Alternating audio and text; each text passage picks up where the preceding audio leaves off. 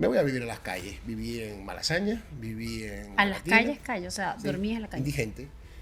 Ahí conocí gente maravillosa que se equivocó. Conocí ingenieros, abogados, médicos, carpinteros, albañiles de todo tipo de clase social, con unas miradas profundamente tristes. Cometieron algún error que no se lo supieron perdonar. De eso hicimos un documental que se llama Invisibles, ¿no? Que yo soy el que sale y trata de comunicar eso. Ahí tú pierdes la dignidad. Ya yo no podía mirarme al espejo. Este episodio es patrocinado por Ecoverse y Lilibet Morón.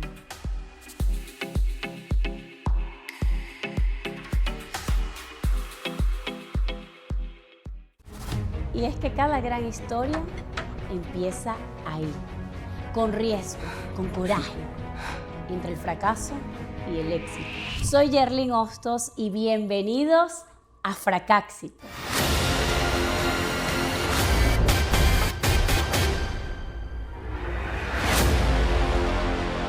Estoy hoy con el Terminator de mi hijo. O sea, eres el guau de mi Maximiliano cuando te ve. Él es encantador. Miren, yo les voy a decir algo. Yo me enteré que el invitado que tengo hoy estaba aquí hace una semana.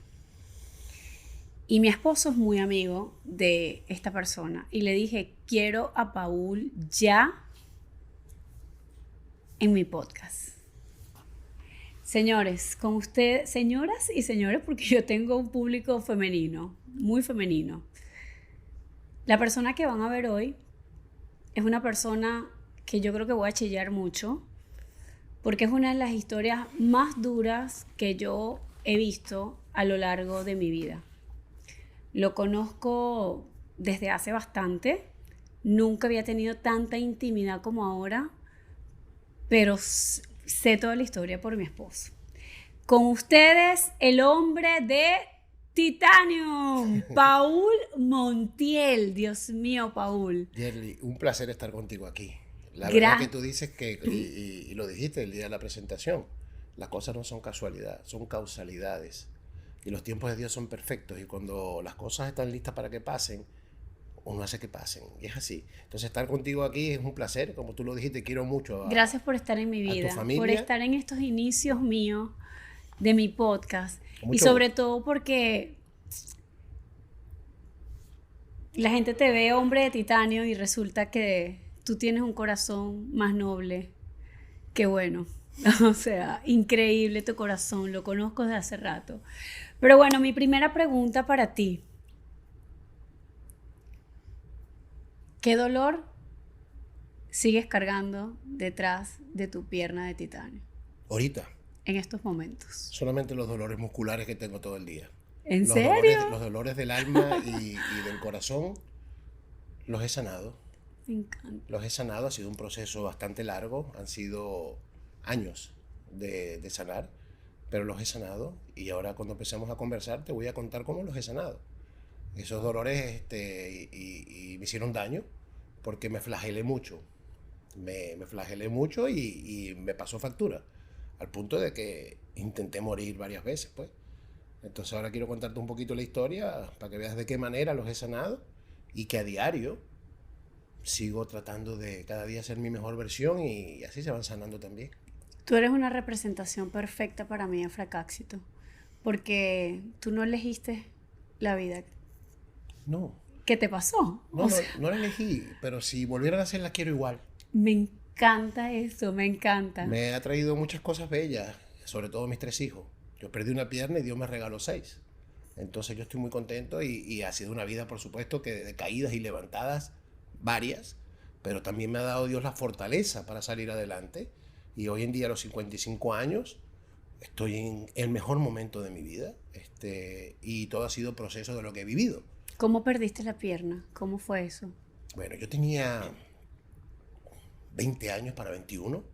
Era un muchacho joven, lleno de vida, un hombre bueno, que en su momento se ha equivocado 2 veces con el ego. En ese momento también siempre he sido deportista. Siempre he sido deportista, me ha gustado toda la vida, pero soy un hombre que tiene tendencia a las adicciones muy fuerte. Yo no tengo gris, yo soy blanco o negro. y lo he aprendido con los golpes que me he dado, ¿no? Estando muy joven, yo empecé a abandonar un poquito el deporte. Tú sabes que en Maracaibo, nuestra ciudad, Venezuela, se consume mucho alcohol. Entonces el alcohol es algo social y empiezas poco a poco, empiezas joven y también empiezas a hacer negocios donde hay alcohol. Es muy normal. Hoy en día yo vivo en España, ¿no? Y también es igual. Son unas culturas que tienen el alcohol muy de por medio. Yo tengo genes cercanos a mí que tienen que ver con el alcohol. Si me preguntas, Paul, ¿es hereditario? Sí lo es. Pero mi personalidad es así, ¿no? Soy muy distinto a mis 3 hermanos. Ninguno de ellos tuvo problemas con las adicciones, gracias a Dios. Pero yo fui poquito a poco empezando a tomar socialmente, y cada vez más y más y más a esa edad. A los 21. Sí, no, empecé a los 17. Wow. Okay. Pero fue progresivamente creciendo, ¿no? Y fui yo abandonando el ejercicio que hoy en día, y lo seguiré haciendo, siempre ha sido mi tabla de salvación. Luego te hablo de esa parte del ejercicio. Y cuando lo volví a dejar por segunda vez años atrás, también me pasó factura. Entonces yo lo tengo muy presente. Ese sábado del accidente fue un 13 de junio. Yo tenía divorciado de mi primera esposa como 3 meses. O sea, tú te casaste joven. Yo me casé muy joven. Sí, yo me casé muy joven y tengo una hija que tiene 32 años, que es médico. Okay. Y bueno, con mis errores, te digo, un hombre bueno que se ha equivocado en la vida, he descuidado a mujeres muy valiosas. ¿Pero dónde estabas cuando te pasó el accidente? Comiéndome una arepa. Okay. Estaba en Maracaibo, salí de jugar bolas criollas y dominó, que era una de mis pasiones. Empecé a tomar muy temprano al mediodía y yo vivía aquí en Miami, venía con mucha frecuencia y me quedaba tiempos largos trabajando, enviando repuestos a las contratistas. Okay. Yo viajaba el domingo y el accidente fue el sábado. Yo recuerdo que salimos del club, yo salí con un amigo mío y me dice, Paul, vamos a tomarnos otro trago en mi vaquita. Y yo le digo, pero uno solo, porque estoy bastante tomado y yo viajo en la madrugada. Bueno, vamos, nos tomamos 2 tragos ahí. Después recuerdo que nos fuimos a un lugar que se llamaba Las Gárgolas, nos tomamos 2 tragos más. Y yo le digo, mira ya, vamos a comernos una arepa porque me tengo que ir a acostar. ¿Dónde quieres ir? Vamos a Casimiro, porque Casimiro es una arepa que es muy sabrosa y el dueño es buen amigo mío. Y yo me siento en Casimiro a comer. Estoy con este señor que se llamaba Memo Bracho, hoy en día falleció, pero no el día del accidente, después. Y yo tengo a Memo así como te tengo a ti enfrente. Estábamos comiendo la arepa y chocan 2 carros, como a unos 50 metros en la esquina, donde está la panadería de California. Chocan 2 carros y yo escucho el estruendo. Y cuando veo que la gente sale corriendo y escucho los gritos, uno de los carros en el choque se le salió el caucho y venía echando chispas con el ring, hacia adentro, pero todo en fracciones de segundo. Yo me levanto porque yo veo que mi amigo está de espalda al carro, me paro y lo empujo. A tu amigo. El carro lo roza y cuando yo quiero correr, esta pierna que está aquí, que estaba aquí, esta es nueva, esta es mi prótesis, la meto en una alcantarilla sin tapa, que estaba sin pieza, y el carro me pasa por encima. Y yo empiezo a oír los gritos y dicen, falta uno. Y yo salgo con los codos y cuando levanto la cabeza estaba la pierna bajo la mesa. Y está colgando. Aquí tengo 80 clavos. Aquí están los clavos. Aquí tengo 4 operaciones, el tobillo partido. Entonces estaba este hueso salido y la sangre, perdiendo mucha sangre. Pero como yo jugaba dominó, ahí había un bar cerca que se llama el Maravino y pasaron 2 muchachos que me conocían. Y me dijeron, es Paul. Y se acercaron y me pusieron un torniquete. El mínimo en la sangre 6, yo llegué al hospital con 2. Ahí perdí la pierna yo. Y ahí empezó una historia. Te podemos hacer un resumen de lo que vino ahí.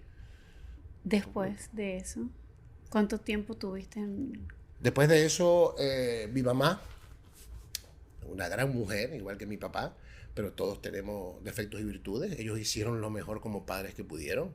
Estoy orgulloso de que sean mis padres, pero bueno, siempre habían sus problemas personales, ¿no? Que hoy en día los entiendo perfectamente y ni critico ni juzgo, sino que agradezco profundamente que hayan sido mis padres con defectos y virtudes.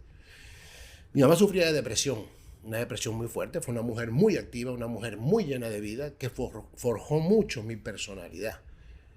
Mi mamá me hizo muy competitivo a mí en la vida, que creo que al principio me afectó, pero después me sirvió. Yo recuerdo que yo creo que tiene que ver con su crianza, con su papá, entendiendo yo las cosas hoy en día. Y mi papá era mi mejor amigo. ¿Por qué crees que te hacía competitivo? Porque yo creo que su papá les exigía mucho. mucho. ¿Pero qué te hacía? Que si yo quedaba de segundo o tercer lugar en alguna competencia, a mí me regañaban y me pegaban. Y a mis hermanos no. Entonces, ¿pero qué es el segundo? Era una exigencia que yo decía, ¿por qué distinta? Pero yo creo que ella también veía mi ímpetu y mi personalidad distinta, ¿no? Yo no sabía perder. Hoy en día, claro que sé perder, como la canción de Franco De Vita. Me encanta perder, admitirlo y siempre ir a la lucha, ¿no? Lo que sí no estoy dispuesto yo es a perder nada de lo que yo haya luchado y de esta batalla personal que he ganado, ¿no? Y cuando saliste, ok, saliste de la clínica sin pierna. Salí de la clínica sin pierna y cuando vi las caras, perdón, cuando entré a la clínica sin pierna vi las caras de la gente en emergencia y dije, esto está grave. ¿Qué pasa? Que en ese interín, que te quiero contar, mi mamá llega al hospital en esa depresión. Entonces me agarra la mano en emergencia y yo le digo, mami, no te preocupes, que de aquí salgo caminando. Y esa fue yo creo que la penúltima vez que yo la vi, porque ahí empezó un cambio de vida bastante drástico, ¿no? Yo me despierto y escucho el pitito. Pip, pip. Estaba en cuidados intensivos. Y el médico me toca los dedos de este pie que me quedó y me dice, ¿lo sientes? Yo no lo sentía. Y yo le digo, sí, sí lo siento. Yo dije, sí, le digo que lo siento, que no lo siento, me corta la pierna. Y en eso entra un sacerdote ahí y me dice mi papá, hijo, para que te confiese. Y yo, no, papi, no me voy a confesar. Yo siempre he escuchado que el que se confiesa porque se va a morir. Tú sabes lo que dicen, unción extrema, creo que Y se llama. más ustedes. Pero sí te digo de corazón que ya yo había tenido una conversación profunda con Dios. Yo soy partidario y mi mamá me lo inculcó de que no necesitamos intermediarios para hablar con Dios. Respeto la religión católica y soy muy creyente, hoy en día más, ¿no? Entonces yo había hablado con Dios y le digo a mi papá, papi, yo no me voy a confesar. Perdone, padre, porque yo lo conocíamos. Y ahí empieza todo esto. Ahí recuerdo que entró un médico, Nelson Socorro, lo llevó nuestro amigo Pancho Tosta, que en paz descanse, y le dijo, Nelson le dijo, llévatelo de aquí, Alfonso, porque es que tiene una infección en la pierna. Me agarró una bacteria en la calle y si me operaban, perdía la pierna. Y ahí empezó un proceso. Ahí me fui a los Estados Unidos en una ambulancia aérea y pasé aquí en Miami muchos años. ¿Tu mamá? Mi mamá estaba después internada en una clínica. Después yo la vi cuando fui a despedirme de ella en la clínica, que estuvo muy mal y no la vi más. Después la internaron. O sea, tú saliste solo para acá, para Estados No, Unidos. me vine con mi primera esposa, Pili, Okay. que es una gran mujer, la madre de mi hija mayor, mi ex suegro y mi papá. Okay. Me vine para acá y aquí me hicieron 4 operaciones, un año de cámara hiperbárica y un proceso donde empecé al principio todo bien, después Pili se fue, yo agarré un ego que dije que me dejaran solo y empecé a abusar de las drogas y el alcohol. Empezó el alcohol y empezó atrás la cocaína, cada día más. Entonces, ¿qué pasaba? Que lo que me enviaban para las terapias, yo no iba a la terapia, sino que de lunes a viernes estaba borracho y fines de semana también. Y habían conmigo gente que estuvo al principio, después te vas quedando solo en la realidad, cada quien coge su camino. Y empecé a comprar compañías, el que quisiera tomar conmigo y consumir droga conmigo, y así fue. Hasta que hubo un momento donde me cansé. Dije, ¿y ahora qué voy a hacer yo? ¿Qué voy a hacer? Y recuerdo que un día muy tomado, me puse unas pesas en la silla de ruedas y me tiré a la piscina con ganas de morir. Ese fue un intento que tuve, pero bueno, gracias a Dios que me asusté. ¿Quién estaba ahí? Solo, eran las 4 de la mañana. Me tiré a una piscina y luego me solté, salí llorando, respirando y bueno, seguí para adelante, ¿no? Y recuerdo yo, Yerli, que mi papá me dijo, mira, Paul, ya no hay dinero para seguir aquí en Estados Unidos en terapia, tienes que seguir tu vida. Y yo le dije, bueno, pero déjame irme caminando a Maracaibo. Yo no me quería ir en silla de ruedas. Entonces me dijo, perfecto. Cuando ya yo podía caminar con un bastón y una prótesis, me fui a Maracaibo y llegué a mi casa donde vivía con mis padres. Aquí empieza la historia realmente por qué estoy hoy aquí. Llegué a casa de donde vivían mis padres, que vivían en un último piso, un piso 11, lo que llaman allá penthouse, y estaba malo el ascensor. Yo había engordado mucho, estaba pesando 130 kilos más o menos, y el ascensor malo, y me quedé dormido en la jardinera. Esa madrugada, esa mañana, me despiertan así, y yo levanto la cabeza, y estaba una mujer, estaba joven, que se llama Sonia Martínez. Y yo la miro y digo, me dice, hola Paul, ¿te ayudo? Sonia Martínez hoy en día es mi mejor amiga, pero me casé con Sonia, es la madre de mis hijos menores, pero protagonista de mi vida, porque Sonia vivía en el mismo edificio con sus papás. Entonces Sonia, yo la conozco desde muy pequeña, ese día que abrí los ojos y yo vi una mujer bella, tenía tiempo que no veía, pero tampoco pensé que iba a haber nada porque yo estaba en muy mal estado. Pues Sonia y yo empezamos a salir en este estado y nos casamos muy pronto, nos casamos como a los 5 meses. Ella no sabía que se estaba casando con una bomba de tiempo. Se estaba casando con el muchacho que ella recordaba, deportista, bueno, que lo seguía haciendo, pero estaba muy roto y estaba cometiendo muchos errores. Y nos venimos a vivir aquí a Estados Unidos. ¿Otra vez? Sí. ¿Con qué dinero? ¿Se Bueno, había llegado ya? teníamos algo guardado y yo seguía enviando repuestos para allá y yo creo que yo lo estaba huyendo un poco a la realidad en mi ego, que no me vieran así, porque yo soy un poco así, tengo una coraza. Nos vinimos bastante apretados, pero nos vinimos. Pero ya va, tengo una confusión. Lo que quieras. Tenías una mujer cuando te viniste acá a Estados Unidos, que era cuando te casaste, ¿no? No, estaba cuando me casé con Sonia. Ahí no tenía yo era nadie. Sonia, ok, ya me confundí. No, ok. yo te hablé de mi primera esposa Ok. cuando el accidente, que después me quedé solo aquí en Miami porque nos divorciamos. Pili, Ok, la ok, mamá de Andrea. exacto, ok. Ahí pasaron quizás 2 años y medio, 3. Ok. ¿Sí? Ahí es que estaba duro. No. Esta fue mi primera esposa que nos divorciamos. Ya estábamos divorciados cuando el accidente, pero terminamos de cada quien coger su camino allí. Entonces me caso con Sonia y me vengo a vivir a Miami. Nace mi hijo Paul, que hoy en día tiene 24 años, un muchacho extraordinario. Y sigo yo con los abusos. Tomaba y Sonia se empezó a preocupar. Yo recuerdo que después viene y nace mi hija Nicole, que también es una La niña que da también. conferencias Sí. contigo. Ok. Y yo la veo en la cuna y yo digo, ¿qué estoy haciendo? Dios mío, si no me quiero a mí mismo, no puedo querer a nadie. Ahí viene un cambio radical. Yo te dije ya que no tengo gris. Dejé de tomar, empecé por mí, empecé a volver al deporte y volví a recuperar mis condiciones físicas y mentales al máximo. Y pasé 14 años bellísimos. Nos regresamos a Venezuela, empecé a trabajar con mi familia y todo estaba perfecto.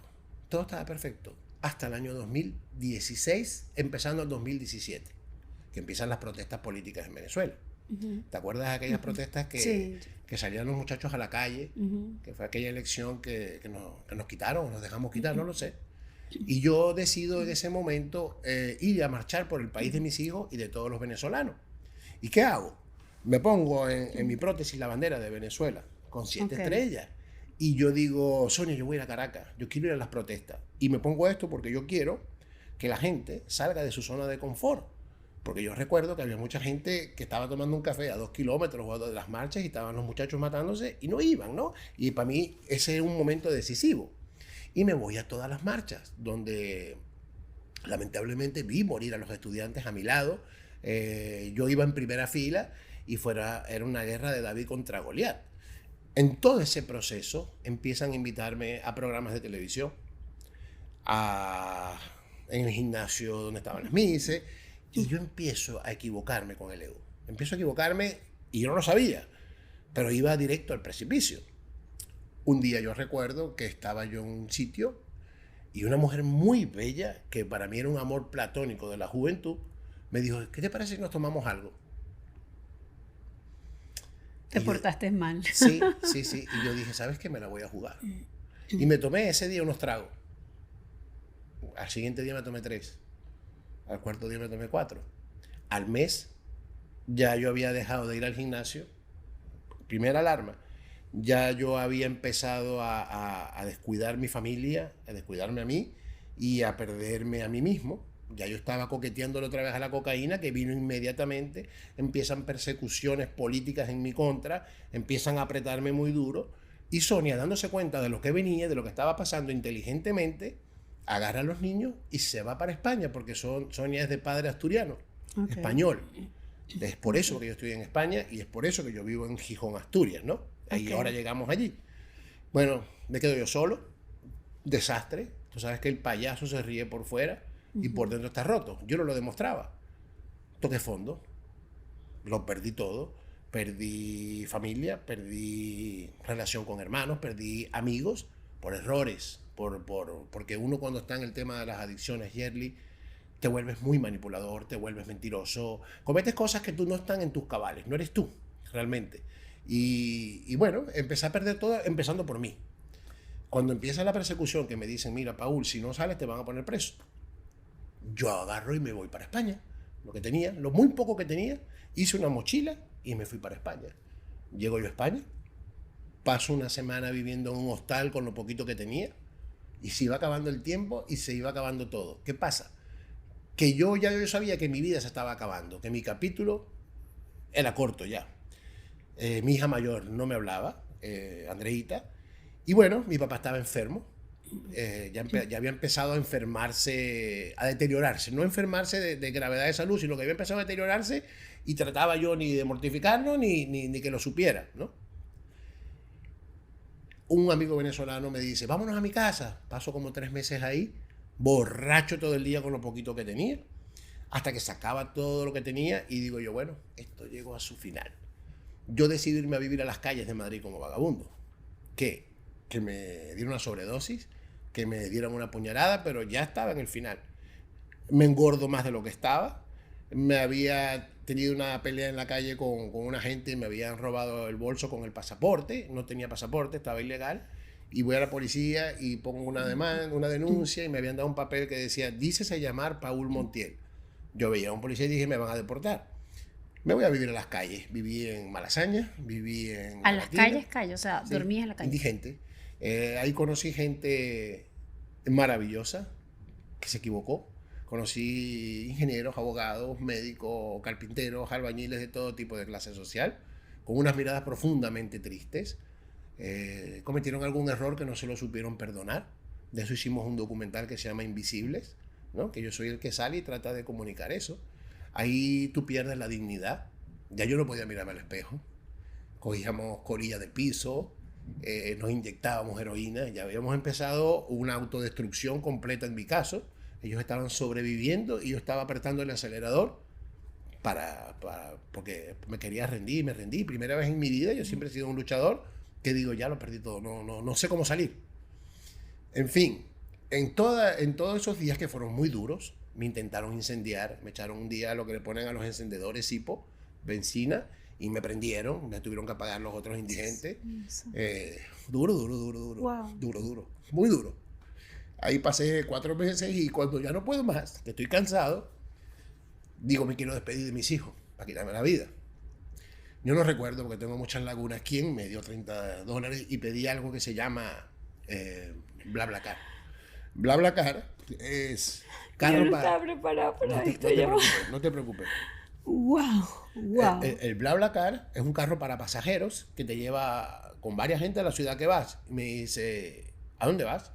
Yo a Gijón, Asturias. Ya yo no tenía teléfono porque me lo robaron esa madrugada, menos mal que habíamos quedado de vernos en un sitio y como te digo, tenía mi mochila, un cepillo de dientes y una franela. Estaba sucio, tenía 4 días sin bañarme. ¿Qué comías? ¿Qué comía? Nada. Lo que hubiera, buscábamos entre los pipotes, lo que hubiera más fresco, estaba entregado.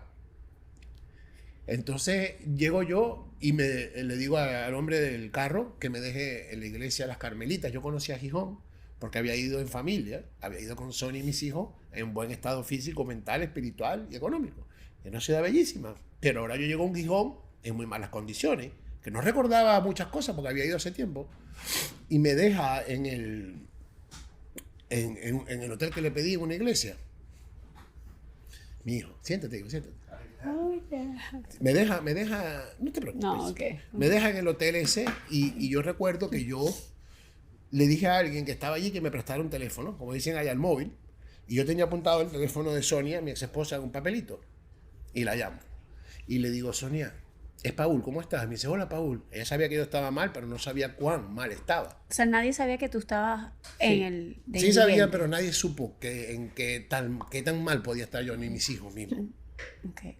¿Tú no los veías desde hace cuánto? No, ya yo no lo veía porque Paul estuvo conmigo en Madrid unos días. Yo tenía que no veía a mis hijos a partir de esos 4 meses el tiempo que estuve viviendo en las calles. Después que Paulito, que me acompañó un tiempo, se vino a Gijón, yo no los veía. Y ya yo estaba incomunicado casi completamente. Okay. Entonces yo recuerdo que Sonia me contesta el teléfono y me dice, Paul, ¿qué haces aquí? Sonia, que quiero despedirme de los niños. Y me dice ella, ¿tú sabes que yo tengo mi pareja? Tengo una vida hecha. Yo le digo, sí, pero es que yo no voy a meterme en tu vida, solo te pido que me bajes a los niños. Y Sonia baja a los niños a la iglesia donde yo estoy. Yo cuando veo que vienen Paul y Nicole con su mamá, ella trae un tupper de arroz con pollo, y yo veo a mi hijo Paul muy descuidado, un muchacho con una mirada triste, perdida, pasado de peso, y mi hija Nicole también, descuidada, una mirada tristísima, y a mí me da un terror cuando yo los veo. Y yo digo por dentro, Dios mío, ¿cómo hago? Hay un capítulo que yo escribo en mi libro muy similar en muchas cosas al tuyo, que te felicito. Gracias. Y tengo un capítulo que se llama Daño Colateral. ¿Qué pasa? Que muchas veces nosotros en nuestro egoísmo nos estamos haciendo daño a nosotros mismos y no sabemos perdonen la palabra, que estamos llenando de mierda lo que más amamos. Hoy en día también, cada quien está metido tan en su vida que no se da cuenta, pero en ese caso para mí fue aterrador al ver la mirada perdida a mis 2 hijos. Y yo, Dios, ¿cómo salgo de aquí? Abracé a mis hijos, nos pusimos a llorar y le digo, Sonia, necesito darme un baño. Me dice, bueno, Paul, te presento a Pablo, mi pareja. Hoy en día es de mis mejores amigos. Ay, Y qué le dice, belleza. Pablo, ¿se puede bañar en la casa? Dice, sí, puede bañar en la casa. Y le digo, Sonia, ¿tú crees que yo pueda dormir en algún sitio cerrado hoy? Venía a la intemperie 4 meses y yo lo que quería era ver a mis hijos un poquito más, como estirar la arruga. Y mira, ayer Sonia me dice, tengo un carro que estoy vendiendo. Ya le dicen coche. Tengo un coche que estoy vendiendo. Es chiquitito. Y le dije, no importa, déjame trancar una puerta para sentir algo. Ayer me fui al coche de Sonia, los niños me llevaron comida en la noche y yo tenía mucha vergüenza. Yo no podía mirarlos, ¿no? Porque yo siempre había visto un padre luchador, pero me estaban viendo en unas condiciones complicadas. Luego, si tú quieres y él quiere, te podrá hablar contigo también. Porque la verdad es que fue un proceso muy duro para mis hijos, ¿no? Pero más duro hubiera sido si no hubiera tomado una decisión de cambiar o si las cosas no hubieran confabulado para que esto pasara, porque yo no sabía cómo salir, Jelly, sinceramente. ¿Y qué hiciste? ¿Qué hice? Yo recuerdo que Sonia habló con mis hermanos de sangre. Por supuesto que con tantas decepciones o algo, cosa que yo no hubiese hecho, dijeron no. Yo digo que la sangre te hace pariente, pero la lealtad te hace familia. Entiendo, yo me equivoqué, pero hay cosas que todavía no entiendo. Pero bueno, hoy en día cada quien... ¿Pero qué hicieron? ¿Te No, ayudaron no, o no? no apoyaron, no. Okay. No, porque a los recursos para apoyarme los estaban, pero decidieron decir no. Bueno, muy bien. Entonces, Sonia vende el carro y yo dije, bueno, otra vez, y ahora llegó la realidad. Y Pablo me dice, Pablo, estoy arreglando un local. Yo tengo una tienda de montaña y lo voy a pintar y arreglar y yo quiero, si quieres, tú duermes ahí. Ahí no hay luz, ni agua, ni nada, pero mientras yo la arreglo y me ayudas. Sí. Correr la arruga. Yo sabía que el final iba a llegar. ¿Cuál? Pero yo sabía que mi vida se iba a acabar tarde o temprano en ese momento. Pasa un mes, abren la tienda y yo digo, ya está, llegó el día. A todas estas veías a los niños todos los días. Iban en las noches a llevarme carro. a la tienda, al local que estaba arreglando Pablo, exacto. a llevarme comida que hacía Sonia para mandármela. ¿Y Entonces, todo el día qué pensabas? Caminaba recogiendo colillas del piso, me sentaba en los parques esperando que ellos aparecieran, me daba un baño en un Burger King o algo así, me refrescaba.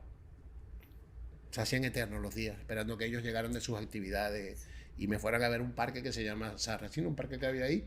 Tuve la suerte que veía que un señor prendía un cigarro y lo botaba. Y todos los días era lo mismo, yo iba recogiendo las colillas esas. Estaba ahí, entregado. No tenía ni para tomar ni vino de €1, entonces estaba entregado, haciendo tiempo para verlos a ellos. Ese día cojo y le digo, Pablo, ¿me prestas un sleeping bag, una bolsa de dormir? Me dice, mira, Paula, aquí hay un albergue. Un albergue es un sitio donde va gente en situación de calle, pero solamente te dan una semana. En los albergues hay gente que necesita en verdad descansar y hay otros que se van a refugiar. Hay gente muy mal y también está lo peor de lo peor. Quienes van allá a hacer lo que les da la gana por la calle mientras duermen unos días cada día o cada semana en una ciudad. Y yo me junté con lo peor de lo peor. Me fui al albergue Covadonga. Me dice, aquí se puede quedar una semana. Mis hijos me llevaron al albergue y cuando vieron la gente que estaba afuera, me agarraban la mano porque es duro, había mucha droga allá afuera. Y ellos decían, no estamos dejando a papi. Cuando se fueron, yo dije, hasta aquí los vi. Yo pensé que no los veía más nunca. Pasó una semana, Yerli, yo junto con los que estaban tomando y consumiendo, se acaba la semana. Ya tengo que irme a la calle. Me recuerdo que agarré la bolsa de dormir y me fui a un puente. Debajo, en el puente, de frente al albergue, que está en estación de tren, hay un hueco sucio, lleno de basura, donde hay gente durmiendo y había unas personas ahí y yo puedo quedarme aquí, sí. Y empezamos a inyectarnos heroína. Yo realmente lo que quería es que me dieran una sobredosis. Yo recuerdo que pregunté ese día que de dónde se suicidaba la gente en Gijón. Ya yo sabía que era el final. Ahí pasa un milagro de amor. Yo, si me preguntas si yo había perdido la fe en Dios, te digo que sí. yo decía, pero ¿por qué me haces esto? Dios siempre estuvo. Dios siempre estuvo. Porque si no, no hubiera llegado hasta ese punto y algún propósito había para mí. En ese proceso de Venezuela, voy a ir para atrás. Cuando estaba ese boom del hombre de titanio, que yo me creí el personaje tanto que me equivoqué, y el hombre de titanio, que no te he dicho dónde viene el nombre, una vez hicimos una competencia de aguas abiertas en Margarita y yo la terminé. Y cuando salgo me pregunta el reportero que de qué es la pierna. Y yo le digo, bueno, tiene carbono y titanio. Dice, el hombre de titanio termina la carrera. Ahí viene ese nombre. Entonces, cuando tú dijiste al principio, mi libro arranca de titanio y barro. ¿Y barro? Sí, porque por dentro soy de barro, como muchos humanos, ¿no? Pero nos rompemos. En fin, año 2017, en Venezuela me llama una mujer de Acarigua. Si me preguntas, yo nunca había ido a Acarigua, ni sabía muy bien dónde quedaba. Me dice, oiga, yo tengo tiempo siguiéndolo a usted. Usted puede venir a Acarigua a hacer labor social con unos niños que quiero llevar unos juguetes y quiero que vean como usted parece un Transformer. Y yo le digo, sí, claro. Ya yo estaba tomando escondido. Y llego a Acarigua y conozco a Eileen. Tú la conociste en tu presentación. Y nos hacemos amigos.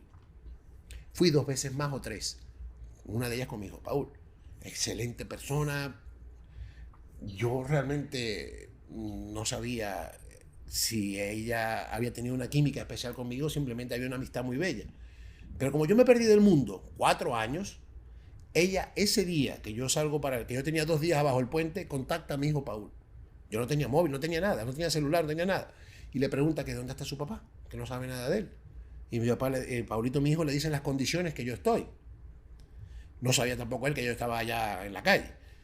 Mira, y se me aparecen a mí, ahí en el puente, Sonia, mi ex esposa. Eileen cogió un avión y se fue a reunir con Sonia cuando él le contó. Pablo, el novio de Sonia, y mis 2 hijos. ¿Y yo qué hacen aquí? No, tú no eres me dice Eileen. Vinimos a buscarte. Tú no eres Y yo, ¿pero qué van a hacer? ¿Tú te quieres internar? Y yo, ¿por qué? ¿Me van a esperar? ¿Me van a ayudar? Sí, a eso vine. Y yo no lo podía creer. Yo dije, pero... En fin, recuerdo que Eileen agarró, me compró algo de ropa, me llevó a un hotel con mis hijos, dijo, báñate. Y yo le dije, ¿por qué haces esto? ¿Cómo te lo voy a pagar? Me dice, no te preocupes, que tú eres mi mejor proyecto. Yo te conozco bien. Wow. Y buscan un centro para internarme. Estaban todos llenos. Y luego recuerdo que llamaron a uno que se llama Proyecto Hombre, que es donde estuve, y no había cupo. Pero al otro día llamó el director y dijo, mira, alguien, como era diciembre, decidió entrar. Y me llamaron. Y yo me puse a llorar de la alegría y abracé a mi hijo, ¿no? Y a Nicole. Era el 12 de diciembre, Día de la Virgen de Guadalupe, hace 7 años. ¿Y los niños te abrazaban así todo sucio? No, ya me había bañado. Ya me había bañado en el hotel, pero igual cuando me veían sucio también me abrazaban. Sí, me abrazaban y me besaban. El amor, ¿verdad? Qué belleza. El amor es la fuerza más poderosa del mundo. Lo que es papá y los hijos, qué belleza. Sí. Bueno, Yerli, voy a misa y entro al centro de desintoxicación de Proyecto Hombre. Por supuesto que yo estaba asustado. Tengo videos de eso, después te lo enseño de ese día. Entró un poco asustado, pero digo yo, pero si vienes en la calle, ¿qué te va a asustar? Pero bueno, siempre había una sensación. Y entro y conozco a unas 15 personas extraordinarias. Antes de entrar a un centro de rehabilitación, tienes que pasar por un proceso como de desintoxicación. O sea, no vas a ir directo a la comunidad terapéutica, sino que empiezan a quitarte el alcohol de raíz, las drogas, te empiezan a dar pastillas para poder ser llevadero. Pero yo desde el principio, con ese que te dije, ese que no tengo gris, dije, no quiero pastillas, que eran necesarias, porque eso te da unos delirium tremens y unas sensaciones muy, muy fuertes, ¿no? Bueno, y pasaron 2 meses, pero en esos 2 meses yo recibía una llamada telefónica de 5 minutos de mis hijos, de Sonia y de mi papá. Ellos llamaron a mi papá y mi papá me llamaba. Y yo quería curarme. ¿Qué te digo con todo esto? Que ante cualquier tipo de pérdida física, económica, sentimental, hay una palabra clave y se llama aceptación. Cuando tú aceptas, empiezan los cambios.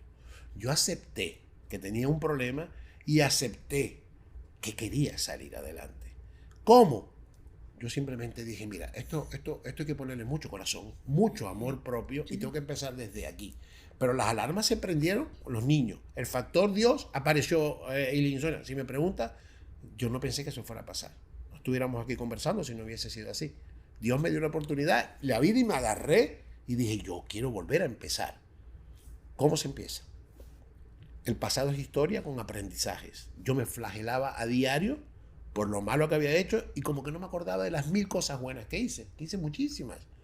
Yo soy un hombre bueno que cometió errores, como todo ser ¿Y de humano. dónde crees, Paul, con todo lo que has crecido espiritualmente, profesionalmente, todo? ¿De dónde viene ese dolor? O sea, ¿por qué eran tus picos extremos de lo doy todo y salgo adelante y de pronto en segundos te hundías? Porque es que yo, Eso viene por mis adentros, de pequeño. Sonia, ¿cómo? Eso venía de Sí, pequeño. claro, de pequeño. ¿Y de quién pensabas? Probablemente de mi mamá. Probablemente de mi mamá, sin juzgar y sin criticar. También tuvo su infancia y también tuvo sus momentos difíciles. ¿Te pudiste despedir de ella? Sí. Pero mis padres me dieron lo mejor que pudieron con lo que tenían. Claro. Son seres humanos. Sí. Al contrario, mi papá me dio de más. Y eso también me pasó factura. Me consintió mucho. Y él es un hombre que venía de extracción humilde, que fue muy exitoso. Y él me enseñó a mí junto con mi mamá lo que es el amor al prójimo. Ellos amaban al prójimo y a Dios más que a nadie. Y eran pecadores como todos lo somos. Pero gente buena y noble. Entonces, ese pasado, hoy en día lo tengo muy engavetado. O sea, yo aprendí a hacer un trabajo que yo puedo, mis cosas tristes de la vida, que hoy en día no las veo como tristes, las veo como lecciones de vida, están engavetadas. Cuando las quiero traer, las traigo, pero en ese momento las traía a diario. Que mi hija no te habla, mi hija no me habla, que coño, has rompido matrimonios de mujeres espectaculares, que cómo es posible que yo haya roto el camino de la vida de mis hijos. Era una flagelación Era una constante. culpa constante. Una culpa. Entonces esa culpa y ese hablarme a mí mal es negativo. Y mucha gente se habla mal cuando tiene que hablarse bonito. Hoy en día yo tengo un diálogo interno conmigo hermoso. Tú vales, vamos a darle duro. Yo soy mi amigo. Yo me miro al espejo y puede parecer un loco y hablo conmigo cosas bonitas realmente. ¿Sabes? El pasado es historia, el futuro es incierto y el presente es un regalo. Yo he aprendido mucho a vivir en el aquí y el ahora, construyéndome así. Y el pasado a aprender de lo que pasó. He tratado de reivindicar todas esas cosas malas que hice. Yo apunté en un papelito a quién yo le había fallado, que me recordara. Y yo he ido paso a paso durante este tiempo, porque no pensaba que yo iba a estar en extra inning, que yo iba a volver a nacer. Hasta Entonces, hiciste el Camino de Santiago. sí, pero entonces empieza el centro de rehabilitación. Okay. Me llevan a la comunidad y yo veo a 40 personas peleando batallas personales distintas, Yerly, más duras que las mías. Las adicciones no solamente son alcohol y drogas. Habían peleas duras. Yo soy un extranjero, me miraban con mucha desconfianza. Venían todos de estar mordidos de culebra de la calle. Habían presos que venían de Villabona, una prisión que hay allá, para insertarse en la sociedad. Muy duro. ¿Qué pasa ahí? A mí me pregunta un terapeuta, ¿qué hace un hombre como tú aquí? Ya yo venía con 2 meses de desintoxicación haciendo ejercicio a diario. A mí me dejaban ir al gimnasio a las 7 de la noche, allá, un gimnasio pequeñito, y que me llevara a alguien que leyera mientras yo hacía ejercicio, porque si yo iba solo podía atentar contra mí, o son las normas. Ya yo llegué a la comunidad terapéutica bastante fuerte mentalmente y decidido a que quería salir. Y me pregunta el terapeuta, ¿qué hace un hombre como tú aquí? Y yo le dije, mira, yo vengo a recuperar mi esencia, yo vengo a perdonarme, a perdonar y a volver a empezar. Así fue, Yerly. Empecé a escribir mi libro. Escribir un libro es muy sanador y tú debes saberlo. Desde allí. Desde ahí. Escribir en un libro tan crudo y tan fuerte. Es lo mejor de la vida. Acuérdate hoy en día, Yerly, que aparentemente en la sociedad todo brilla y todo está bien. Y no es así. Hay muchas personas rotas que de pronto no lo dicen. Personas como tú dan paso a que lo digan. Yo hablo muy crudamente de la vida porque me parece que es lo mejor que puedes hacer. Y en el camino me he dado cuenta que ese era el camino. Es la mejor terapia. Sí. Claro. Entonces, bueno, yo empecé a escribir mi libro, empecé a hacer ejercicio cada vez más. A mí me querían poner a contestar el teléfono porque me faltaba una pierna y dije, me pones igual que todo el mundo. Ahí era limpiar sobre limpio, te pasaba a la parte de cocina, lavadora, pero yo siempre al final de la noche hacía ejercicios. Me encaramaba en los andamios, montaba los internos en la cama y poquito a poquito yo fui recuperando gracias a mi ego bueno. Ego bueno fue el que me equivoqué y me estrellé. ¿Qué es el ego bueno para mí? Yo vi una película que a mí me ha servido mucho en mi vida, que es un personaje que se llama Rocky Balboa. Tú a lo mejor la has visto, es una película de motivación de la historia de la vida real. Y para mí fue fundamental porque es un hombre que viene de abajo y luchador. Y yo recuperé lo que llaman el ojo del tigre, en mi Eye of the Tiger. Yo me miraba al espejo y mi mirada era distinta a aquella mirada triste. Era una mirada de decir, yo puedo con esto y con más. Y voy a poder. Por supuesto, tenía bastante rencor, tenía un poquito de odio con ciertas cosas que habían pasado, que después tuve que sanar. Tuve que ir a una iglesia, quitarme una mochila de odio, hacer un perdón sincero, y ahí empecé a volar. Pero al principio tuve que sanar. Pero ese Eye of the Tiger, ese ego bueno de amor propio, sin duda alguna me ayuda y me ayudó mucho. Yo tengo algo que he utilizado y yo creo que ha sido el 80% de este éxito, se llama disciplina. Mira, hay dos palabras. La motivación enciende una llama en todo lo que hagas. Tú, para terminar esto, tienes que tener una disciplina bárbara y todo el mundo que se proponga algo tiene que tener disciplina. Entonces, la motivación enciende la llama, pero lo único que la mantiene encendida se llama disciplina. Y disciplina es hacer lo que tienes que hacer aunque no lo quieras hacer. No ha habido un día en estos 7 años que yo no me levante a las 5 de la mañana y me dé una ducha con agua fría. Yo arranco mis días así, desde que salí de ahí, del centro. Y ahí empezaron a pasar cosas, Yerli. Bueno, yo creo que mi propósito de vida yo lo descubrí cuando salgo de ahí y yo dije, este es. Un día yo iba caminando, yo cuando salí de Proyecto Hombre tenía un piso para vivir. Pasa que no te quiero expandir tanto porque pues, se nos va la hora. Quiero dar más bien cosas prácticas. Yo tenía un sitio para vivir que había pagado Eileen 1 año. Eileen, ¿qué haces? Tú eres mi mejor proyecto, te lo he dicho. Le debes la vida. Todas tus conferencias se las debes a Eileen. Sí, a ella y a mis hijos. Y a tus hijos, qué y a belleza. Sonia y a mí, que me aferré también a eso. Claro. Porque es que si yo no hubiera querido, no hubiera servido de nada. Claro. Por eso que digo que es tan importante aceptar y querer. Querer de verdad. ¿Qué pasa, Yerli? Que la vida es muy corta. Y hay que tomar decisiones como tú lo dijiste.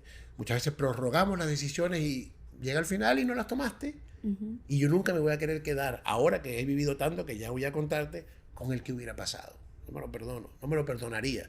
A mí me dieron fuerza para volver a empezar, me dio Dios la sapiencia y la fe de seguir, mis hijos me dieron la fuerza y yo dije, ¿sabes qué? Yo voy a hacer todo lo que yo he querido hacer que no he hecho. Me dijeron que era imposible clasificarse por los Juegos Paralímpicos. Y no lo haga. Si yo no lo hubiera hecho, no tuviera la nacionalidad española, no hubiera conseguido tantas cosas. Yo dije, voy hasta el final. Eso como otro. Ese ha sido uno de los propósitos de vida. No me voy a quedar con el que hubiera pasado. No quiero estar en una mecedora a los 70 años y llego y decir, ¿y qué hubiera pasado? Esta vida es para vivirla con prudencia, para vivirla con pasión, pero para exprimirla y hacer todo lo que queramos hacer. Muchas veces vivimos vidas prestadas, dedicándole tiempo a los demás y nos olvidamos de nosotros mismos. Ojo, que también hay que estemos pendientes de los seres que nos aman, pero primero hay que empezar por aquí. Y yo cuando salgo del centro, salgo diciendo, quiero vivir, pero ¿qué va a pasar y qué voy a hacer? No lo sé. Lo que sí estoy seguro es que todos los días voy a hacer mi mejor versión. A tratar. Que yo ponga la cabeza en la almohada en la noche y diga yo, vamos bien, debí sonreírle más a esta persona, debí hablarle mejor a mi hijo, o sea, tratar de corregir muchas cosas, ¿no? Pero aprendí a vivir muy sencillo, aprendí a darme cuenta de que las cosas realmente valiosas son las cosas sencillas de la vida, un amanecer, una conversación con personas como tú, un buen café, y dije, ¿sabes qué? Yo voy a empezar. Y resulta que me dice alguien, Paul, hay un triatlón. Y yo, ¿cómo? Hay un triatlón después de pospandemia, ¿no? Y entonces yo me empiezo a preparar para el triatlón, no en bicicleta y correr. Ya yo estaba preparado para la Segunda Guerra Mundial. Yo venía para la batalla de la vida. Entonces yo lo único que hacía eran pesas y bicicleta estática. Y uno de esos días, yo vengo caminando, yo me metí al mar, Yerli, a las 5 de la mañana, frío. Y si había tormenta, mejor. Yo quería pelear con esos demonios internos antes de botar esa mochila. Y me metí ahí que vieron rayos. Y me salía todos los días 0 grados de temperatura en diciembre, o 1 grado. Y yo venía en chores oscuros, caminando por una plaza y escucho una voz que me dice, irónica, yo no entiendo un hombre como usted, un paisano, ellos llaman a gente mayor, en Asturias, un paisano como usted, que tiene una pierna amputada y no se queda tranquilo, ya me había visto pasar muchos días, y a mí no me gustó el tono que me lo dijo, y me volteé y le dije, usted tiene razón, yo tengo una pierna amputada, pero hay gente como usted que tiene una amputación mental y para eso no hay prótesis. Eso yo lo agarré y yo dije, un capítulo que se llama amputación mental. Cuando me dicen del triatlón, me inscribo como si yo no tuviera ninguna amputación. Llegó el día del triatlón y yo le digo al hombre al día anterior, mira, yo no tengo bicicleta, ¿pero para qué te inscribiste? Bueno, no tengo. Me dice, bueno, vamos a ver si conseguimos una. Nos prestan una y cuando el hombre le dice al amigo, mira, él va a hacer la bicicleta, el triatlón. Y lo, ¿sabes cuánto cuesta esta bicicleta? Pues son bicicletas especiales, que las levantabas así. Yo le dije, ¿no? ¿Y sabes manejar la bicicleta? Y yo, sí. Recuerdo que me monto y le digo yo, ¿cómo se le cambian las velocidades? Yo creo que yo no bajaba bicicleta en la calle desde que era un niño. Me llevó la bicicleta, el hombre se rasca la cabeza y dice que sabe lo que Dios quiera. Me prestan un neopreno, pero grueso de surf porque no había de nadar, y yo me voy al triatlón. Esa madrugada no dormí nada. Imaginé que me estaban velando, que estaba muerto. Paulito me dijo, papi, eso es complicado, son 20 kilómetros en bicicleta. En fin, aguas abiertas, y el mar estaba más salvaje que nunca. Había olas y olas y olas. Yerli, cuando yo arranco a nadar, todo el mundo va saltando las olas. Pero ese día había muchas olas y a mí me sueltan en el piso como una tortuga. Mis hijos me llevaron a la orilla. Entonces yo voy sin la pierna, con los 80 clavos brincando hasta la orilla y me tiro. Cuando yo llevo más o menos unos 500 metros, lo que hice fue salir de las olas, yo me quería rendir. Muchas veces quise rendirme y yo miré la película de mi vida en segundos y dije, Paul, hace un año estabas en la calle, aguantaste de todo. ¿Qué te va a decir tu hijo? Papi, eres un campeón, lo intentaste. No, que va, aquí me sacan ahogado. Lo termino, salgo del agua como Superman, como si yo fuera ganando el triatlón. Ya la gente venía de regreso, lógico está. Cojo la bicicleta, voy los 20 kilómetros, atrás ambulancias, patrulla, llego y hago mis kilómetros caminando y cuando cruzo la meta, le veo la mirada a mis hijos brillando, que me abrazan y me dice una persona que estaba ahí, te subestimé, perdóname. Yo dije, este es mi propósito de vida. Cuando vi las miradas cambiar, yo dije, yo tengo que actuar con coherencia. Para mí la palabra coherencia es fundamental, pero empezando por mí. Ser coherente es pienso, digo y hago. Claro. Es una coherencia. En fin, empiezo a meterme en pruebas deportivas, hago carreras de esas espartanas, empiezo a clasificarme para los Juegos Paralímpicos, me llaman para un documental de surf complicado con una pierna y lo hago, me llaman para el Camino de Santiago.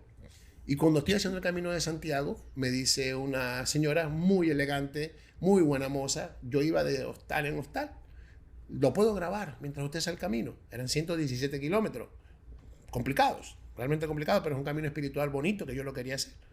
Y me dice, ¿te puedo grabar? Y yo, sí, grábame. ¿Puedo conversar contigo durante el camino? Sí.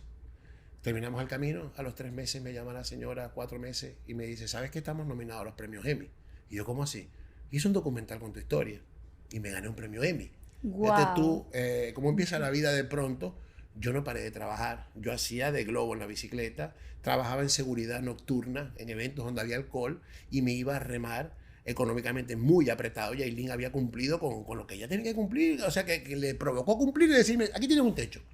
Me lo vas a pagar porque eres mi mejor proyecto. ¿Cómo? Yo sé. Y explota todo. Yo saco mi libro a la venta, empiezo ¿Eso fue hace cuánto? ¿Hace un año? Casi 2. El libro salió hace casi 2. Okay. Empiezo a hablar en público. Yo dije, yo necesito, si yo antes hablaba desde el ego, que yo quería tener una luz para decir yo puedo con todo, que me estrellé, yo quiero tener un foco como ese para poder iluminar, para poder decir a la gente que nunca es tarde para volver a empezar y que vale la pena ser feliz, ¿no? Otro día me grabé algo donde yo vivo, es un lugar muy bello, Yerli, pero llueve mucho y es muy gris. Y escucho la voz de una señora que dice, tempranito, ¿qué día de mierda? Y yo la miro y le digo, ¿y quién le dijo a usted que la naturaleza le pone el color a sus días cuando usted tiene una acuarela para pintar sus días de colores? Yo dije, no, esto es lo que tenemos que darle a la gente un poquito más. Yo por lo menos en mi caso. Yo empezaba a mirar gente triste en los autobuses, miradas tristes. Y dije, tienes una vida gris como la tenía yo. Entonces me pongo a decir, voy a dar conferencias. Empiezo a ir a las escuelas, a hablar con los niños y tal. Y me gustaba lo que se transmitía y me gustaba como la gente miraba. Y yo, ¿cómo hago para llegar? Me voy a Madrid con una mochila llena de libros como el tuyo y empiezo yo a patear Madrid. Pues yo vivía 4 horas, todo el día, en mochila. Hola, yo me llamo tal. ¿Y tú qué haces? Bueno, yo doy charlas de motivación. Y era una charla desordenada, no era una charla con un orden, pero yo tenía la ilusión y las ganas.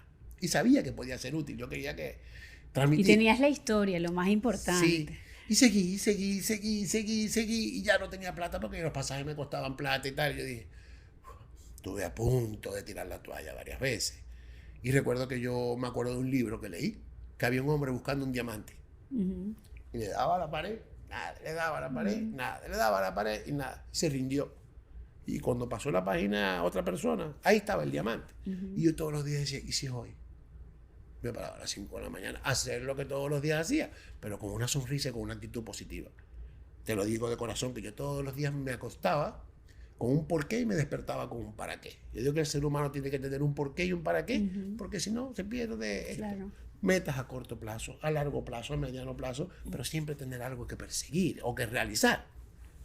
En fin, Yerli, un día voy a Madrid a dar una conferencia. Yo pensaba que iba a estar lleno el auditorio porque me habían prometido que iba a estar lleno el auditorio y yo salí y habían 3 personas. ¿Qué hago? Wow. ¿Sabes qué? Voy a hacer lo mejor que yo he hecho en mi vida dando una conferencia.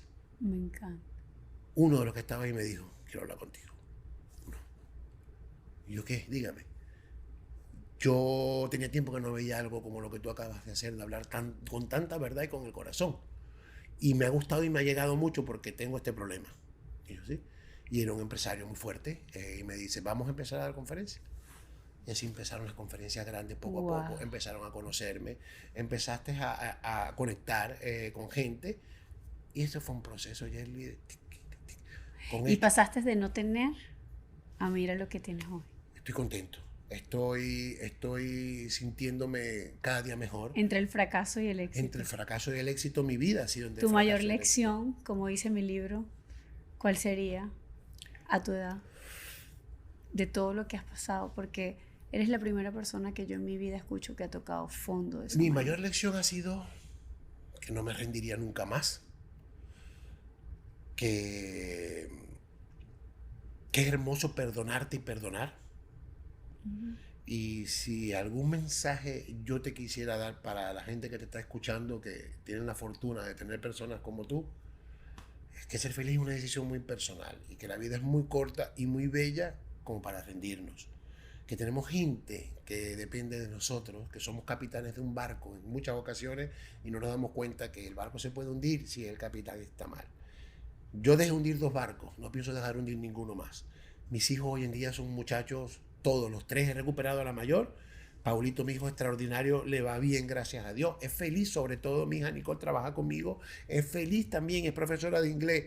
Si yo no hubiera tenido la suerte que tuve de que aparecieran y confabulara a Dios y estos factores de amor en mi vida, yo no sé qué hubiera sido de mis hijos.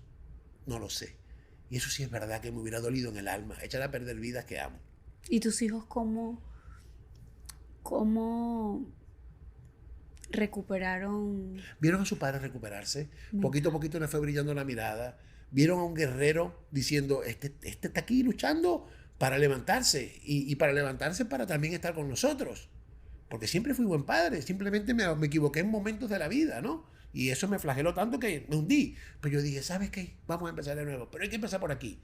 Mi hijo Paul empezó a brillar, empezó a tomar decisiones osadas, porque es un muchacho osado como lo fui yo, de venirse solo a un hotel en Wyoming por un trabajo que consiguió en internet, que yo pensé que era una secta y yo estaba aturdido. ¿Pero qué te quiero decir con Pero esto? es que sí, lo vieron en ti y Bueno, el riesgo. pero fíjate tú que uno después de mayor físicamente, porque yo quiero ser siempre joven por dentro, ¿no? Y trato de buscar eso. Se asusta porque ya no soy yo el que está cometiendo esto, sino él. Pero ya él recuperó la confianza en él que no tenía en ese momento. Igual que mi hija Nicole. Y aquí te quiero tocar un tema que tú lo tocaste ese día ahí. Hay una palabra que se llama miedo. Mira, el miedo para mí es una sensación que te puede paralizar. Y detrás de ese miedo hay cosas maravillosas. No hablo del miedo imprudente. Que este miedo tiene un poquito de imprudencia, sí que lo tenga, y de salvajismo y de pasión. Pero el miedo ese hay que mirarlo a los ojos y decirle, quítate o te atravieso. Para mí un miedo es un dragón echándome fuego que se me ha parado enfrente muchas veces y yo voy a pelear con ese dragón. Y cuando tú te le impones a ese dragón y lo miras a los ojos, vas a ir. Yo te digo de corazón que yo cada vez que tengo un evento deportivo, en diciembre tengo una cosa muy grande, cruzar el Atlántico a remo, desde España, las Islas Canarias a Sudamérica, Atlántico remando, y son 54 días. O sea, yo tengo las mariposas en el estómago. A mí se me acaba algo y voy a buscar otra cosa, que es lo que te dije yo. Y me encanta esa adrenalina de sentirme vivo, ¿no? Entonces, ese miedo, no permitan que los paralice. O sea, utilízalo a favor. La mente puede ser o tu peor enemiga o tu mejor aliada. Y para terminar y no aburrirlos ni a ti, hay algo interesante que te quiero hablar que yo escribí en el libro. Nosotros somos víctimas o héroes de nuestra propia vida. Hubo un momento que yo estaba en tan mala situación Y ese capítulo lo escribo en las conferencias y lo hablo de víctima o héroe porque lo viví. Un día me senté en una plaza, así como estoy ahora, gordo, mirada triste, sucio, ¿sí? Y me tiraron monedas. Yo nunca pedí limosna así con la mano levantada. No sé, no, de pronto hay un poquito aún de dignidad y prefería coger cosas del piso que pedir. Pero ese día me tiraron monedas. Y yo dije, ¿qué pasa? ¿Qué transmitía yo? Lástima. ¿Qué sentía yo por mí? Lástima. Cuando yo salgo con seguridad a la calle, ¿qué transmites? Transmites seguridad, transmites luz, tú caminas derecho, tú vas sonriendo, buenos días, ¿cómo estás? Si no te lo contestan, no importa. Pero transmites una luz que la vas a traspasar. Entonces, puedes ser víctima o héroe de tu propia vida. Tienes que coger ese timón y ser el héroe de tu vida o la heroína de su vida. ¿Qué es fácil? No, no es. Pero sí lo puedes hacer. Tú lo puedes, a mí me dicen, ese era su destino. El destino lo escribes tú. A ti te dan las cartas y tú decides cómo jugarlas. Cuando el accidente, ese era su destino. Perfecto. Cuando terminé en las calles, ay, se murió, ese era su destino. No. ¿Quién te dijo que el destino está escrito? Nosotros tenemos la potestad de cambiarlo, Yerli. Sí, la Tú elección. también estás estrellado. Mira, fabulosa tu charla de Fracáxito. Tanto que estoy aquí por haberte escuchado. Gracias. Entonces, Gracias. que eres un ejemplo de resiliencia. ¿Cuánto te ha costado a ti este libro? ¿Cuántas pérdidas? ¿Cuántas noches sin dormir? ¿Cuántos días alejada de tu familia? ¿Cuántos días llorando por angustia o por miedo a dar una decisión que está en tu puente? Fracaso, decisión. Avanza y te Avanza transforma. y tiene triunfo. Hay una transformación. ¿Qué llamas tú ahora al éxito? Perfecto, te lo puedo decir. Hay muchos tipos de éxito. Lo bueno es que te estás haciendo la entrevista tú. Perdóname, pero es que Me encanta. Ahí va. hay ¿Qué es mucha- el éxito para Paul en este el momento? éxito es estar en paz. El éxito es mirar atrás y decir, hasta el final traté de hacer las cosas bien. Y no juzgarte. Hay gente que cree que porque tiene mucho dinero tienen éxito. Error, porque de pronto son infelices. Me ha pasado a mí en las conferencias que doy. Me han llegado empresarios de un nivel altísimo que me dicen, oye, ¿sabes qué? Tengo dinero, sí, pero soy un pobre hombre. Soy rico pobre. Entonces vamos a ver, ¿qué queremos en la vida? Primero que todo, yo no digo que tener dinero sea malo, al contrario, a todos nos gusta. Pero si vas a descuidar lo más importante de tu vida para hacer dinero, para mí eso no es éxito. Eso es un hombre exitoso. ¿Qué sabes tú que hay ahí detrás de ese éxito? En cambio ves un taxista que llega a su casa y todos los hijos le brincan a besarlo a la mujer. Ese es un hombre exitoso. Un hombre que logró ser feliz y hacer feliz y llevar a su gente bien, con principios morales. Tú me preguntas a mí, Paul, ¿te consideras exitoso? Sí, me considero un luchador que ha luchado con las adversidades y seguirá luchando. Y para mí mi éxito es mirar a mis hijos realizados. Para mí mi éxito es poner la cabeza en la almohada y decir, mi papá me está sonriendo desde arriba. Yo una vez le pregunté a él, cometiendo excesos, papi, ¿lo estoy haciendo bien? Tenía 21 años recién el accidente y borracho. Y me dice, yo no te lo puedo decir, ese aplauso lo vas a sentir tú por dentro. Y hoy en día digo, tenías razón. Yo ese aplauso lo siento por dentro. Es decir, yo estoy haciendo la cosa bien. Y si eso es el éxito, poner la cabeza en la almohada y sentirte en paz contigo mismo, en paz con Dios, y que no te quede nada que tú dices, ¿qué me falta por hacer? ¿Qué tengo que hacer? Ay, mi éxito es seguir siendo mi mejor versión todos los días. Yo no sé si yo mañana me voy a despertar. O tú, que ojalá que sí, que duramos mucho tiempo más. Pero estoy viendo tantas cosas en este mundo que dicen, mira, se murió fulanito. Y full de dinero. O no cumplió sus sueños. Ay, él quería ser piloto, él quería hacer un curso. No, señoras y señores, pónganse los patines y empiezan a vivir la vida que quieren, sin descuidar lo esencial. Pero tienes que empezar desde aquí adentro y perseguir todos los sueños que quieras perseguir. ¿Sabes? Me encanta cómo te has llenado de amor. Sí, es un trabajo que hay que hacer. Empecé por mí. Y hablando de amor, cuéntame cómo ha sido, cómo es un hombre de titanio sin una pierna con una pareja. ¿Cómo? Ajá. Ay, si tú supieras, si yo hubiera sabido que me iba a ir muy bien en ese tema, yo me lo hubiera cortado a los 15 años. Te lo digo. Porque esto ¿Te no hace más ¿Crees que a la mujer le hace más atractivo eso por...? No, yo te quiero decir algo. Ok. El físico atrae, la personalidad enamora. Cierto. ¿Sí me entiendes? Tú tienes mucho carisma, ciertamente. Yo simplemente soy yo, hoy soy yo. En aquel momento era un yo disfrazado, pero hoy soy yo. Y yo creo que eso le gusta a la gente, que tú seas seguro de ti mismo, Y sí, me va bien en ese punto. ¿Que tengo relación estable? Sí, puedo tener una relación estable. ¿Ahorita tienes relación? Ahorita, sí. Ok, me encanta. Entonces, ¿qué te digo yo? Hay personas en silla de ruedas que yo me puedo enamorar muy fácil. Hay personas que le falta una pierna, pero que tienen todo lo demás extra. Hay gente que mal llama a esto minusvalía o discapacidad, entre comillas, palabras muy mal dichas. Para mí somos personas súper capacitadas, que es lo que te dije, hay gente que tiene amputaciones mentales, nosotros esta, que tenemos que hacer un plus.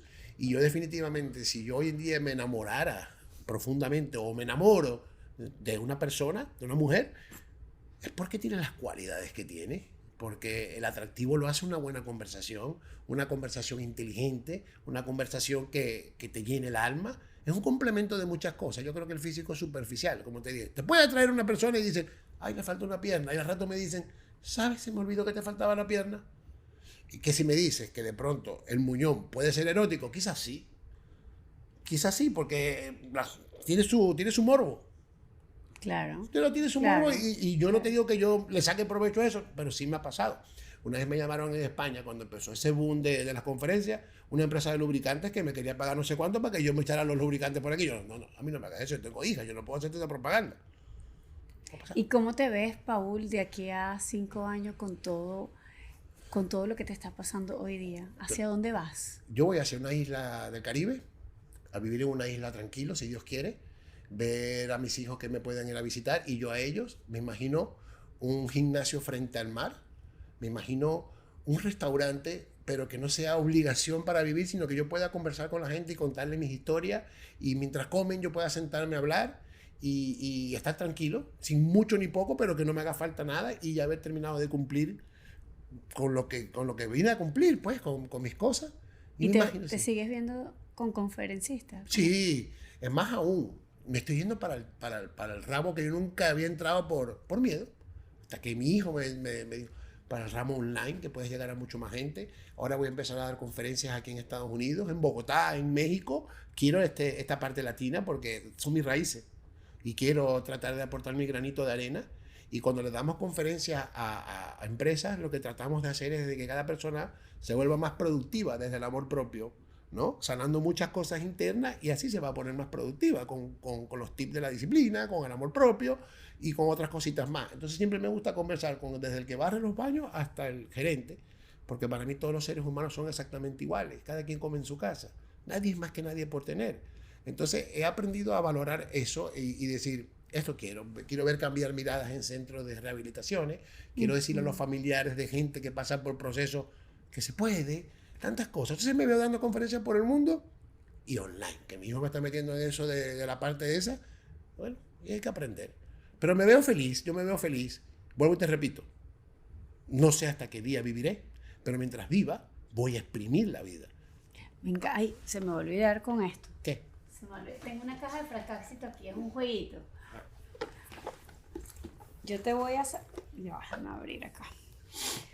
Tengo unos tarjetones de color. Yo te voy a decir los colores, tú me vas a decir cuál color quieres. Ok. Rosado claro, ya va, verde, amarillo y naranja. Dame el rosado claro. Ajá. Trata de la sombra. Y la pregunta es, ¿qué aspecto de tu proceso te cuesta admitir frente a otros? Yo creo que los han admitido todos. Sí, la verdad que sí. Yo creo que ser sincero y vulnerable, al más de que darte vergüenza o que te cueste, es una virtud. Porque todos tenemos una batalla personal y todos tenemos algo. Si yo hubiera hablado antes, me hubiera salvado de muchas cosas. Mucha gente que está a punto de explotar, ¿sabes? Entonces, y te digo, para que también toquemos este tema, y yo sé que me voy por otra tangente, que hemos perdido tanto la empatía, y me incluyo, que nos sentamos en mesas a comer y todo el mundo está con su móvil y no se da cuenta si la persona que tienes al lado te está pidiendo ayuda a gritos con los ojos. Te está pidiendo ayuda a gritos con los ojos. Entonces, tenemos que meternos mucho en eso, a eso, porque si preguntas, de pronto te van a decir, dice a tu hijo, ¿qué te pasa? Y te cuenta, pero a veces por vergüenza. La gente no cuenta esas sombras. Y yo preferí sanarlo y desnudarme que quedarme con alguna sombra adentro. No tengo sombras. Y que, ya que de verdad tú has sido una persona que te decía antes de entrar acá la diferencia de coach a mentor. Sinceramente, el Papá Dios te usó. Sí. Dijo, este es el proyecto que tengo con Paul, Estoy porque te has mentoreado tanto. Papá Dios te ha hecho mentorear tanto, que por eso tú estás llenando todos los teatros y todas las calles de Madrid y vas a seguir por el mundo, porque tú atravesaste, llegaste al fondo y de verdad resurgiste, como dicen, de la ceniza. Sí. Y esa es la gran diferencia, Paul. Y tienes un mensaje, tienes además un mensaje con tu fuerza, con una responsabilidad altísima. Lo que me encanta es que te siento que has transformado tanto cada lugar de tu cuerpo y de tu mente, que estás listo Sí, es mi para recorrer el mundo. Mi propósito, el propósito de Dios para que yo me quedara era esto, sin duda alguna. Ese es el propósito. ¿Qué consejo desde el amor y desde las sombras que ya atravesaste le puedes dar a una persona que hoy esté viendo este podcast, que tenga una adicción, que sienta que la vida se le va a acabar, que sienta ganas de, pues, irse de este mundo en minutos o que esté a punto de tomar una decisión? ¿Qué hace? Lo primero que le diría es que acepte que tiene ese problema, como te lo dije. Segundo, que lo hable. Que hable con un ser querido, si es que no lo sabe. Y que pida ayuda. Y que empiece por perdonarse y empezar a cambiar. Porque es que no vale la pena vivir una vida gris. Esto lo dije temprano. Ser feliz es una decisión personal que tiene que tomar cada quien desde aquí. Dice, yo quiero ser feliz. Entonces, ¿por qué necesito pedir ayuda? Sí. Ya te dije, la fuerza del amor es la fuerza más poderosa del mundo. La familia es fundamental. Muchas veces los adictos, me incluyo, nos llevamos en banda a la familia y tanto que se cansan y se abren porque puedes acabar con los demás miembros de una familia. Pero sí le pido a los familiares que den amor hasta el final, hasta donde más puedan, porque yo sé que el amor va a ganar la batalla la mayoría de las veces. Y a la persona que esté pasando por un momento de eso, que es un ser humano extraordinario y que merece ser feliz y que nunca es tarde para volver a empezar y que viva y se perdone y diga, ¿sabes qué? Voy a vivir. Es hermoso, ¿sabes qué feo vivir un infierno en vida? Y estamos aquí prestados. Cada vez que yo abro los ojos y me dicen, ya es un día más o un día menos, pero voy para 56. Se pasa muy rápido el tiempo. Y lo que yo no quisiera que les pasara es lo que te comenté temprano. Que ustedes digan en algún momento de su vida, si es que les da tiempo de decir, ¿y qué hubiera pasado? Vinimos aquí a ser felices, así que pongan lo mejor de ustedes, ámense, adórense, quiérense, háblense bonito, perdónense, díganse en el espejo, soy maravillosa o soy maravilloso.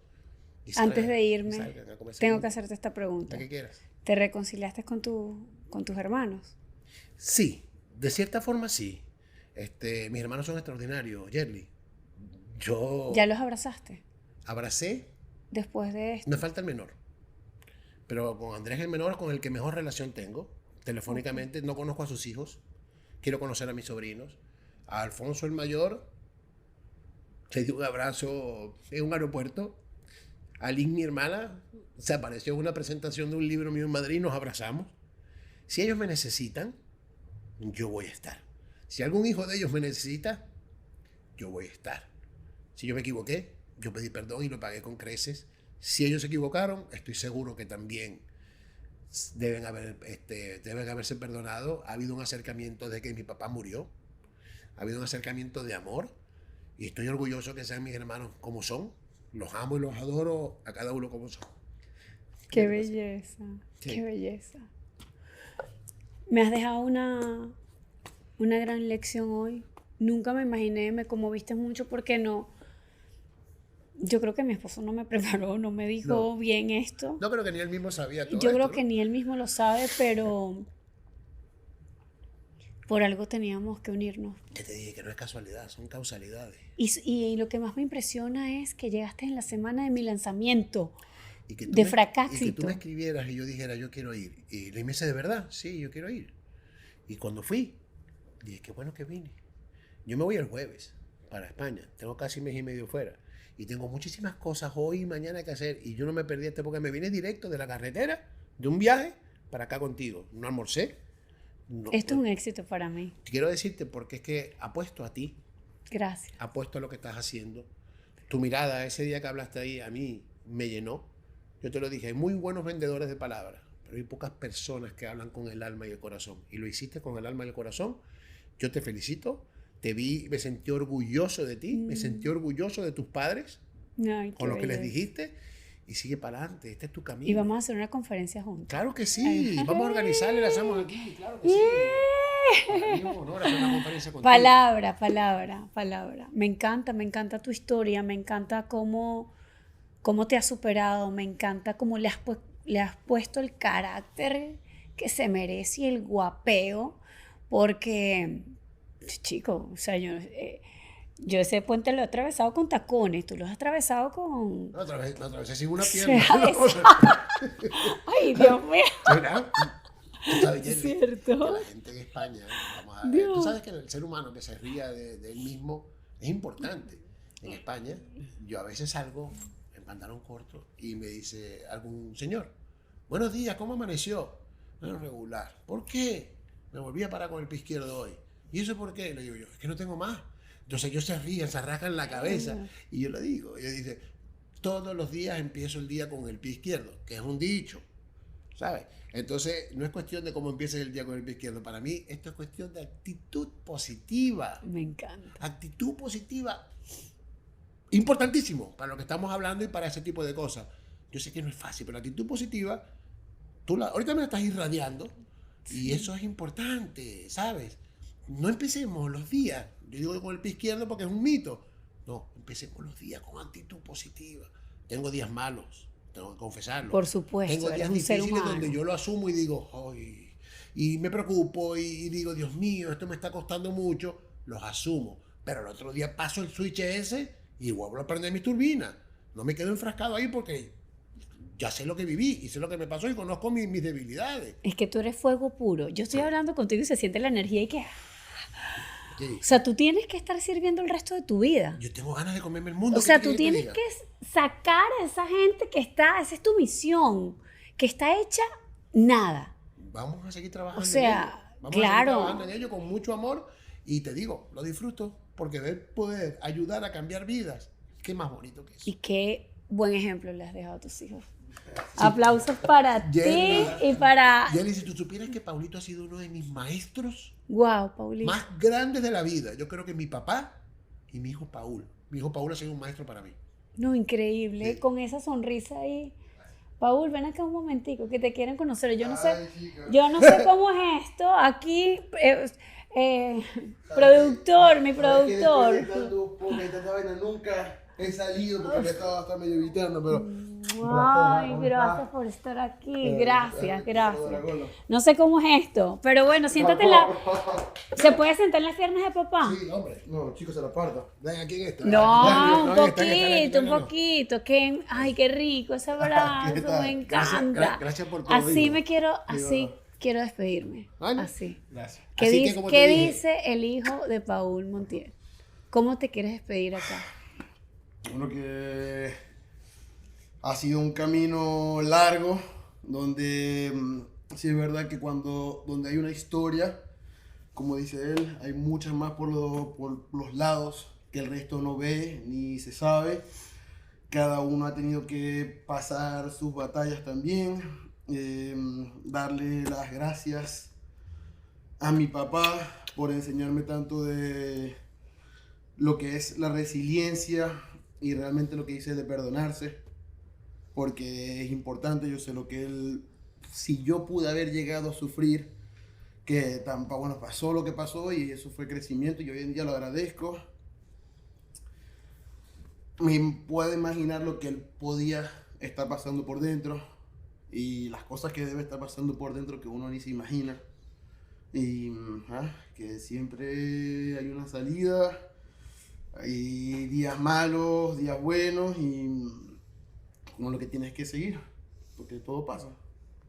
Y esta esta palabra hermosa que nunca le has dicho a tu papá y que con esto le vas a despedir el podcast? Eh, Qué hondo. agradecido con la vida de que me hayas tocado como papá. Espero que te sigas cuidando y que me dures muchos años más, que puedas ver a tus nietos y bisnietos si Dios los permite. Creo que tienes un mensaje tan grande que transmitirle al mundo que él mismo se estuvo limitando, y ahí estamos trabajando para que él abra esa mente y las alas que tiene, porque creo que hay unos límites que ni él se puede imaginar. Me he puesto insistente en que traduzcamos ese libro al inglés. Creo que es algo que no tiene que romper las barreras del idioma. Al principio él estaba enfrascado en que quiero solamente Gijón, quiero solamente España. ¿Pero por qué? Tanto... Me encanta cómo te desafío, ¿verdad? Sí. Wow. Claro. Me encanta. Él me ayuda a ser mi mejor versión a diario. Él y Nicole. Bueno, papi, somos un equipo y vamos para adelante, ¿no? Vamos para encima. Así es. Te amo, hijo. Gracias por nacer. Gracias por estar aquí. Gracias. Gracias a todos por esta entrevista. Mira, yo no estaba en mis planes para nada. No, y los míos tampoco. Te lo agradezco. Llegamos hoy de Orlando y estoy todavía medio turuleco. Si no, nos dimos directo para acá, le estoy diciendo. Gracias por esto. Gracias. Muchas gracias por invitar a mi papá. Y sí, mira cómo le están brillando los ojos. Ay, no, es que te bendigo, Paul. ¿Y yo a ti? Te bendigo. Gracias, y yo a ti. Y seguimos en propósito, seguimos en misión Seguimos para adelante, amiga y mía. seguimos con amor y con Papá Dios. No, gracias. Ay, no. ¡Qué belleza! Estoy orgulloso de ti. Yo también, demasiado. Que Dios te bendiga siempre. A ti también, campeona. A ti también. Este episodio es patrocinado por Ecoverse y Lilibet Morón.